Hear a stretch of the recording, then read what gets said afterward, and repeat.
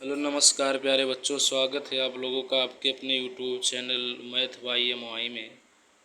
प्यारे बच्चों, आज की इस वीडियो में हम बात करेंगे द्विघात समीकरण के बारे में और आपको बताएंगे कि द्विघात समीकरण क्या होता है बच्चों। चलिए बच्चों, आज की क्लास को हम स्टार्ट करते हैं। पहले बच्चों मैं आपको बताऊंगा कि द्विघात समीकरण का आपको परिभाषा दूंगा। देखिए बच्चों, जो द्विघात समीकरण होता है, द्विघात समीकरण को आप वर्ग समीकरण भी बोल सकते हैं बच्चों। जो द्विघात समीकरण हमारा होता है उसको आप वर्ग समीकरण के नाम से भी जाना जाता है। द्विघात समीकरण कहें या आप इसको वर्ग समीकरण भी बोल सकते हैं। इसको अंग्रेजी में बच्चों बोलते हैं क्वाड्रेटिक इक्वेशन। क्वाड्रेटिक इक्वेशन का मतलब होता है बच्चों द्विघात समीकरण।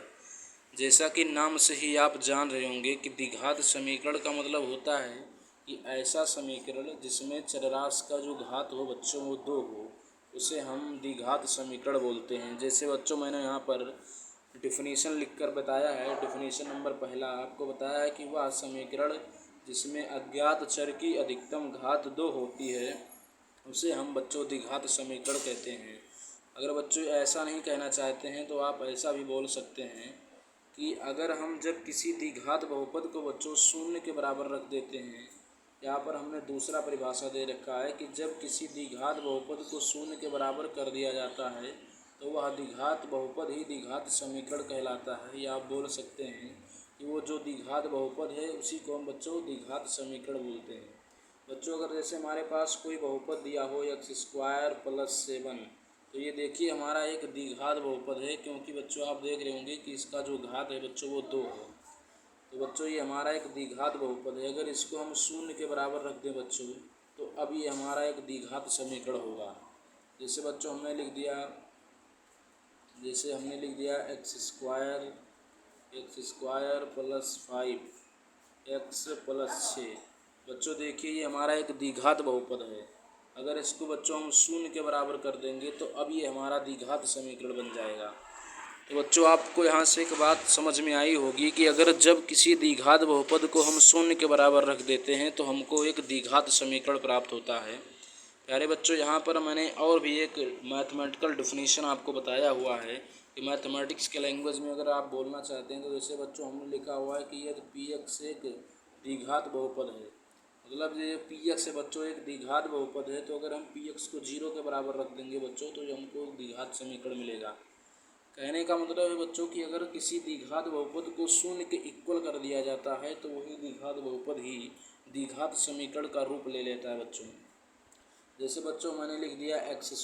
अब आप देखिए कि हमारा एक द्विघात बहुपद है बच्चों, ये हमारा एक द्विघात बहुपद है। अगर बच्चों हम इसको 0 के बराबर रखते हैं x² = 0, तो बच्चों अब ये हमारा एक द्विघात समीकरण माना जाएगा।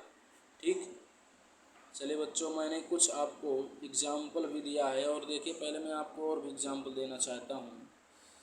जैसे बच्चों हमने लिख दिया x² +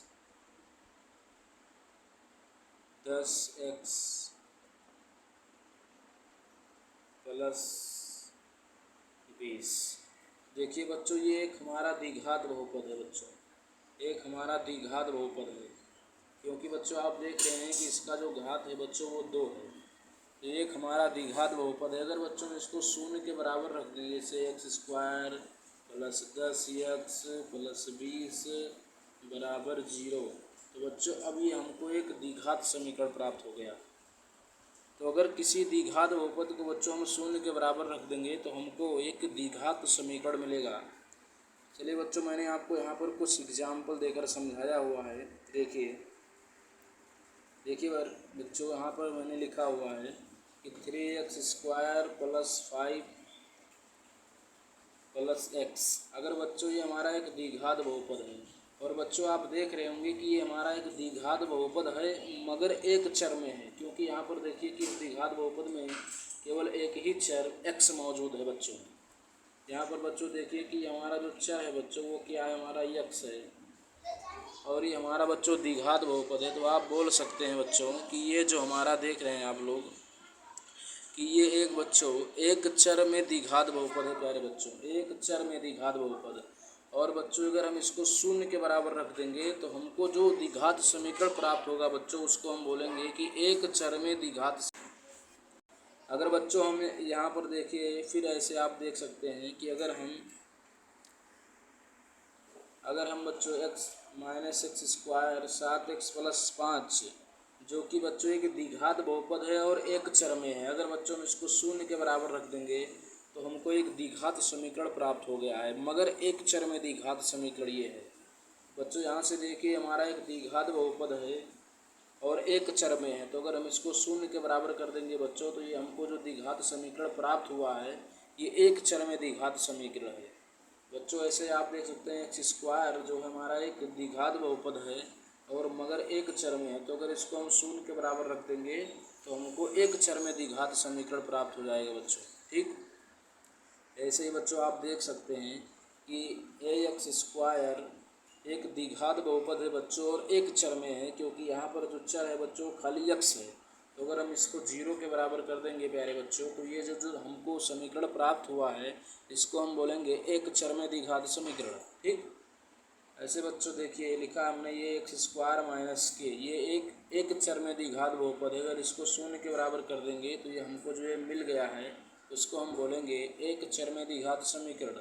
वैसे एक्स स्क्वायर प्लस 7 है बच्चों, अगर इसको हम शून्य के बराबर कर देंगे तो जो हमको द्विघात समीकरण प्राप्त होगा उसको हम बोलेंगे बच्चों एक चर में द्विघात समीकरण। बच्चों जैसे यहाँ पर लिखा हुआ है एक्स स्क्वायर माइनस 16, तो आप देख रहे हैं कि ये हमारा एक चर में द्विघात बहुपद है, अगर इसको हम शून्य के बराबर कर देंगे बच्चों यहाँ पर माइनस लिखा हुआ है, ठीक, इसको माइनस समझिएगा, इसको हम एक्स स्क्वायर माइनस 16 को अगर जीरो के बराबर रख देंगे बच्चों तो ये हमको एक द्विघात समीकरण प्राप्त हो गया। जैसे यहाँ पर लिख दिया हमने 4x स्क्वायर माइनस 5, अगर इसको बच्चों शून्य के बराबर कर दिया जाए तो हमको एक द्विघात समीकरण प्राप्त हो जाएगा। ठीक, ऐसे बच्चों यहाँ पर मैंने और एग्जाम्पल आपको दे रखा है कि पी एक्स बराबर x square plus 5x plus 6, ये भी हमारा एक द्विघात बहुपद है बच्चों और एक चर में है, तो अगर इसको हम जीरो के बराबर कर देंगे बच्चों तो ये हमको जो द्विघात समीकरण प्राप्त हुआ है इसको हम बोलेंगे एक चर में द्विघात समीकरण। प्यारे बच्चों जैसे आपने समझा कि एक चर में द्विघात समीकरण है, ठीक यूँ ही दो चर में भी द्विघात समीकरण हो सकता है बच्चों। जैसे यहाँ पर आप देखिए कि यहाँ पर देखिए जो बहुपद का ये जो घात है बच्चों ये 2 है और बच्चों यहाँ पर दो चर है x और y, तो बच्चों ये हमारा द्विघात बहुपद तो है मगर दो चर में द्विघात बहुपद है बच्चों। ठीक, तो उसको बच्चों अगर हम जीरो के बराबर कर देंगे तो जो हमको ये समीकरण मिला है इसको बच्चों हम बोलेंगे दो चर में द्विघात समीकरण। ठीक, ऐसे बच्चों आप देखिए कि हमारा द्विघात बहुपद है बच्चों मगर ये दो चर में है, तो इसको अगर हम शून्य के बराबर कर देंगे बच्चों तो हमको मिल जाएगा दो चर में द्विघात समीकरण। ठीक, ऐसे प्यारे बच्चों अगर हम लिख दें जी एक्स कामा वाई बच्चों इसका मतलब होता है कि ये जो पॉलिनोमियल है हमारा ये एक्स और वाई में है, ब्रैकेट वाली जो क्वांटिटी होती है ये हमको ये बताती है कि उस बहुपद को बनाने के लिए हमने किस चर का इस्तेमाल किया है। जैसे ये ब्रैकेट में लिखा है बच्चों एक्स कामा वाई, तो इसका मतलब जो हमारा बहुपद जी है उसको बनाने के लिए एक्स और वाई का इस्तेमाल किया गया है। और बच्चों इसका जो घात है आप देख रहे होंगे तो है, क्योंकि यहाँ पर देखिए एक्स कामा जो एक्स गुणे वाई लिखा है इसका एक्स का पावर 1 और वाई का पावर 1, तो 1 प्लस 1 जोड़ेंगे बच्चों तो 2 हो जाएगा। तो आप देख सकते हैं कि इस बहुपद का जो घात है बच्चों वो 2 है, तो इसको अगर हम शून्य के बराबर रख देंगे तो जो हमको द्विघात समीकरण प्राप्त होगा उसे हम बोलेंगे प्यारे बच्चों दो चर में द्विघात समीकरण। ठीक, वैसे बच्चों अगर फिर यहाँ पर देखिए लिखा हुआ है पी एक्स कामा वाई बराबर 4x square minus 3x y minus 2x y square plus x minus y plus 6, बच्चों आप देखिए कि यहाँ पर जो घात है 2 है, मतलब ये द्विघात बहुपद है। और देखिए बच्चों यहाँ पर दो चर है एक्स और वाई आपको दिख रहा है, तो बच्चों ये दो चर में हमारा द्विघात बहुपद है। तो बच्चों जो ये हमको मिला हुआ है इसको हम बोलेंगे प्यारे बच्चों दो चर में द्विघात समीकरण। ठीक, चलिए बच्चों आगे चलते हैं।